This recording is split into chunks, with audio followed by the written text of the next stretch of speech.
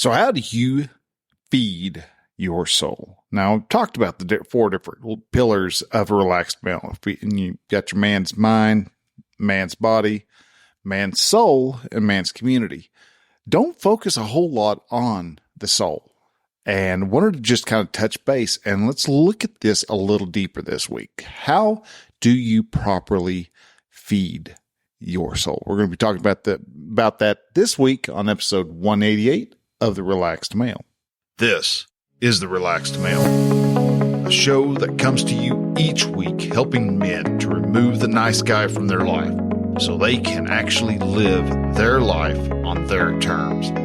Join the host, certified coach Brian Goodwin, as he helps men step out of their heads and become free from the thoughts that bind them. Hey man, hello and welcome to Relaxed Male. I am your host Brian, and I am a certified men's coach that assists men who are just neck deep in the suffering of their life. The men who are just going through either a divorce or just going through some day-to-day struggles. I am here to see what I can do to help you out, help men get to the root of their suffering, help them step back, relax so that they can actually enjoy life. And each week we look at what it takes to change how you look at life so that you are better, stronger, and more successful on the other side without having to play the victim. And this week we are talking about how to properly feed your soul. And this is something that's important because we all struggle with being able to provide for ourselves. We provide for our family, our bosses. We provide for everybody around us in our own community. But so many times we do not take care of ourselves, and we need to be able to feed our soul. And so what does it mean to feed your soul? What does it mean and what does that actually entail? What are we doing to actually properly feed our soul? And that's what we're going to be talking about. But before we get started in that, I'd like to say hello, welcome to all the new folks. We're still growing, still getting new people in.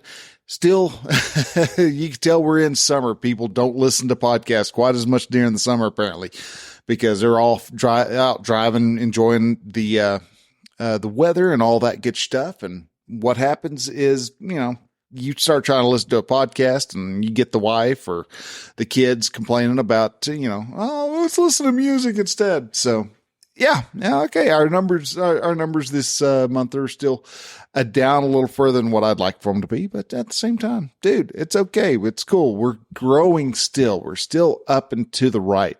We just have a roller coaster ride in the process. So guys, thank y'all very much for listening. If you find that you like this show and you enjoy it, always go over to your podcast app of choice and hit the follow, subscribe button, and we'll be delivered to your inbox, or not to your inbox, to your app once a week on Thursdays, like this one here is.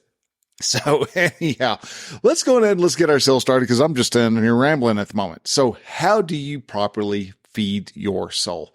First is knowing what it is that you're doing when you're feeding your soul. So you want to make sure that you're getting the proper diet for your soul.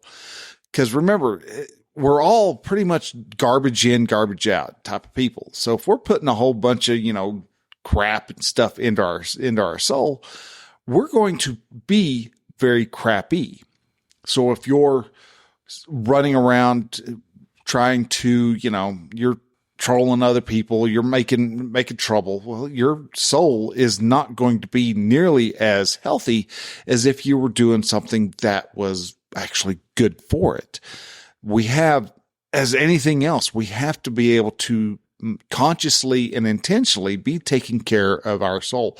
What we take into our body, what we take into our soul. What are you reading? Who are you talking to? What are you doing for yourself? What are you doing for others? These are all different parts of taking care of yourself. How are you helping yourself? Are you actually taking the time in a week to step back and do something that you enjoy. Maybe it's going out fishing. Maybe you have a hobby of where you like to build, ships in a bottle, or you like to just do, like model airplanes or model ships or model cars. And you like to maybe even like take the model cars and you customize them. You actually modify them to where they look like funny cars or other things like that. I had a friend back whenever I was in high school. That's something that he loved to do. He would take just a regular kit, model kit, and he would go off and he would sit there and he would chop the roof and he would lower it. And I mean, he did all this other stuff, and it was just mind blowing to me that this is stuff you could actually do with a model. And it was like, wow,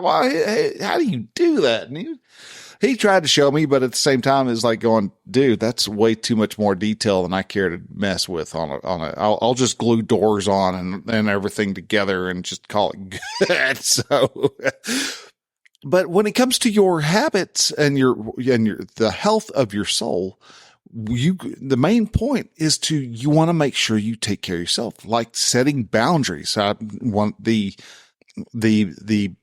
blog post this week was actually about the power of saying no, and why saying no is actually such a powerful thing for you, because it sets up a boundary instead of letting your boss or your family or whoever to just crowd in and control what you're doing with your life. You get to choose how you live your life. What terms are you willing to live your life by? And that is a way of making sure that you are allowing only the healthy stuff in. If you're a vegan, and granted, I'm not one, but if you were a vegan, this is the only best similarity I could come up with is if you're a vegan, you would pay attention to what you're eating. If you're not going to eat any type of meat or any type of anything that comes from a living animal, you're going to avoid all of that like the plague. All right. You're not going to go off and eat Jell-O because it's the gelatin itself is made from material in animal bones. And so you're really paying attention. You're not going to just eat whatever you want and sit there and go, well, I'm a vegan while noshing on a hamburger, right?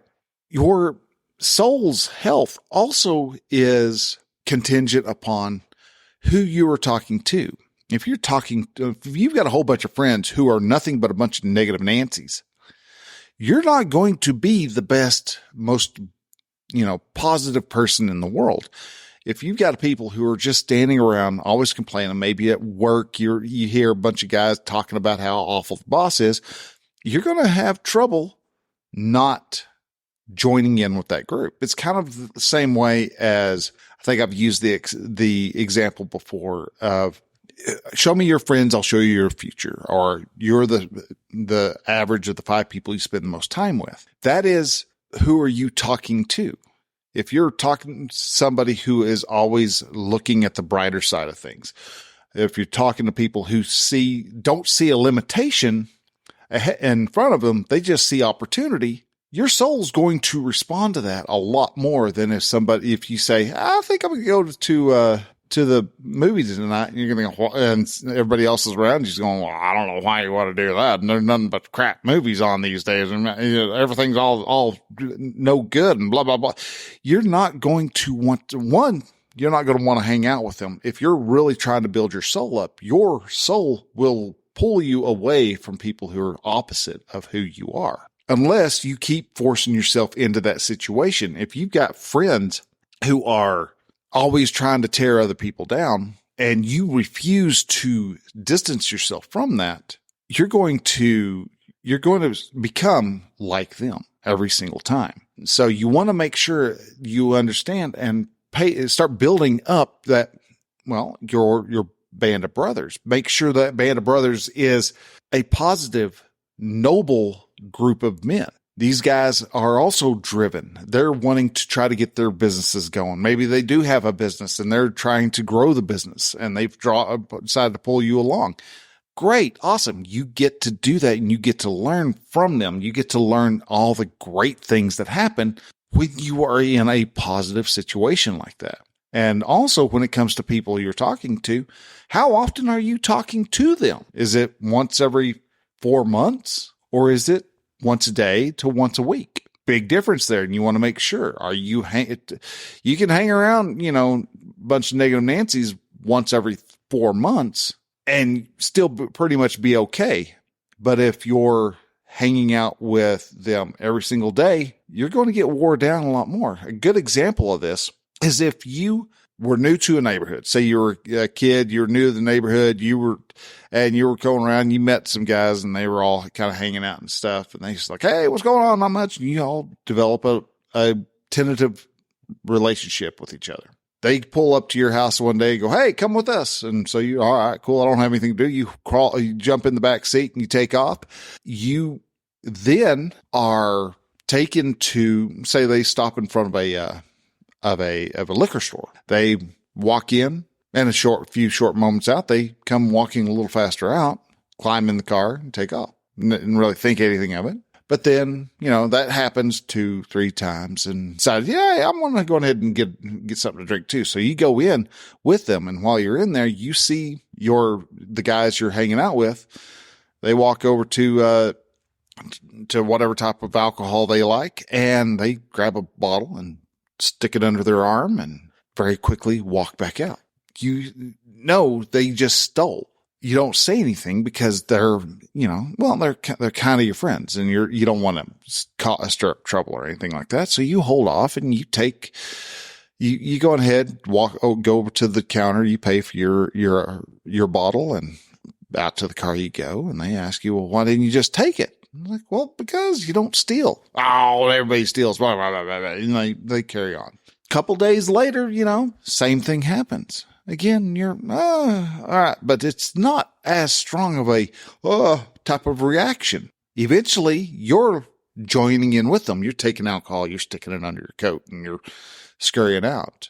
But while you're just now getting to the point where you're grabbing a bottle, sticking it under your coat and scurrying out, they're at just blatantly grabbing, like a 12-pack of beer and running out the door, or grabbing a box of whatever their drink of choice is and running out the door and just very blatantly, even brazenly stealing, to the point that eventually you get caught and you try to figure out, how did you come down and get down this line? Well, it was because of what type of crap you were feeding into your soul. But another thing is, what are you doing for yourself? Now you're helping yourself, and that is like doing, actually, now that I'm talking, I realize I kind of got two of those backwards. The helping yourself portion of where you take a hobby or find something that brings you joy and enlightenment and things like that. That's what you're doing for yourself. But how are you helping yourself? What are you reading these days? How are you enriching your mind and enriching your soul? That's a very important thing to do also. So not only are you learning for yourself, you're also helping yourself become a better person. So you're doing for yourself by growing and becoming better and helping others. And what are you doing for others? Well, hopefully you are actually helping other people also, because learning is one thing, but learning and applying what you've learned to what your overall goal is ends up helping other people.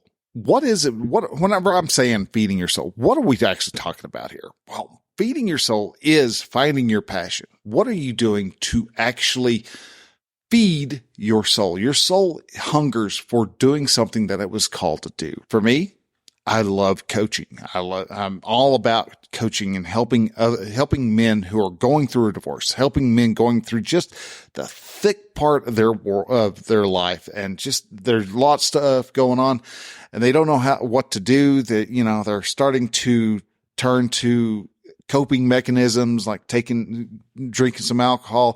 There's nothing wrong with drinking alcohol, but use it as more of a end of day reflective instead of let's forget. And when you actually are taking things to just not think, to not have a line of thought, you're trying to avoid, you're resisting and emotion, you're not going to be feeding your soul. So to make sure that you actually are feeding your soul, make sure that you are actually giving it the nourishment you want to make sure that you're being as hands-on as you can with whatever your passion is, whatever your calling is. Well, I like to, it's a calling, it's your purpose. What is your purpose? And I'm not talking about the Carl Jung style of purpose of what are you sacrificing yourself for? Because that's a completely backwards way of looking at life and looking at what fulfills you. You're doing stuff. Yes, you're creating stuff. But you're not sacrificing yourself for the sake of others. Altruistic motives do not provide happiness, do not provide fulfillment. They provide aggravation. They provide the resistance that is needed for you to burn out. So what do you like to do? And that's how you start feeding your soul. Is if you don't know what your calling is, you don't know what your purpose is, that is your purpose, is to find out what your purpose is. And then when you find your purpose, then you start really working in on that. If you do not have a purpose, you do not know what your calling is, that should be in the forefront of your mind. You got a little free time. Hey, let's see what else I can figure out. Let's find something I like to do. What do you like to do? I like to play, with model cars. All right. Well, what is it? Why do cars, plastic model cars and you putting them together? What does that do for you? Well, it gives me a chance to learn about the motor and learn about it and all that. Okay. So why is that important? And you can start actually asking yourself, why does this hobby that you like to do, why is it so important to you? It could be that you like to help, you like to do, mechanic work. Maybe you're a mechanic at heart and that's something that you love to do. You love to be able to see if you can get an old engine to run again. Sweet. Be hands-on. And as long as you're keeping your interest occupied while you're doing this, then keep on exploring. Figure out, ask yourself questions, look into the reasons why. What is it about X, Y, and or Z that is really just gets your juices flowing? These things are the important parts of your life. These are what makes you want to get up out of bed in the morning. You go to bed at 11 o'clock, 12 o'clock at night, and you wake up at before the sun even gets up. And the first thing you want to do is, well, let's see how I can get going. I get up on Saturdays. Saturdays is my work day. Since I'm driving a truck again, I come in on Saturdays over to my friend's office, sit down, and I commence to writing blog posts and podcasts and everything else. And all this is being done because I like the whole field of coaching. So I try to be as hands-on with coaching as I can. I attend coach calls and I help. I've got a couple of groups that I help coach and things like that. And I keep my interest fresh and I want to make sure that I learn more and more as I go. So what does a soul need? You almost look at all of this as say the food groups for soul to properly feed it. Well, the soul needs purpose, but it also needs friends, and not just friends, good friends, noble friends, but those friends are very much important. That's almost like the vegetables, and the spouse is almost like the meat, because the spouse has all more micronutrients that your body needs desperately.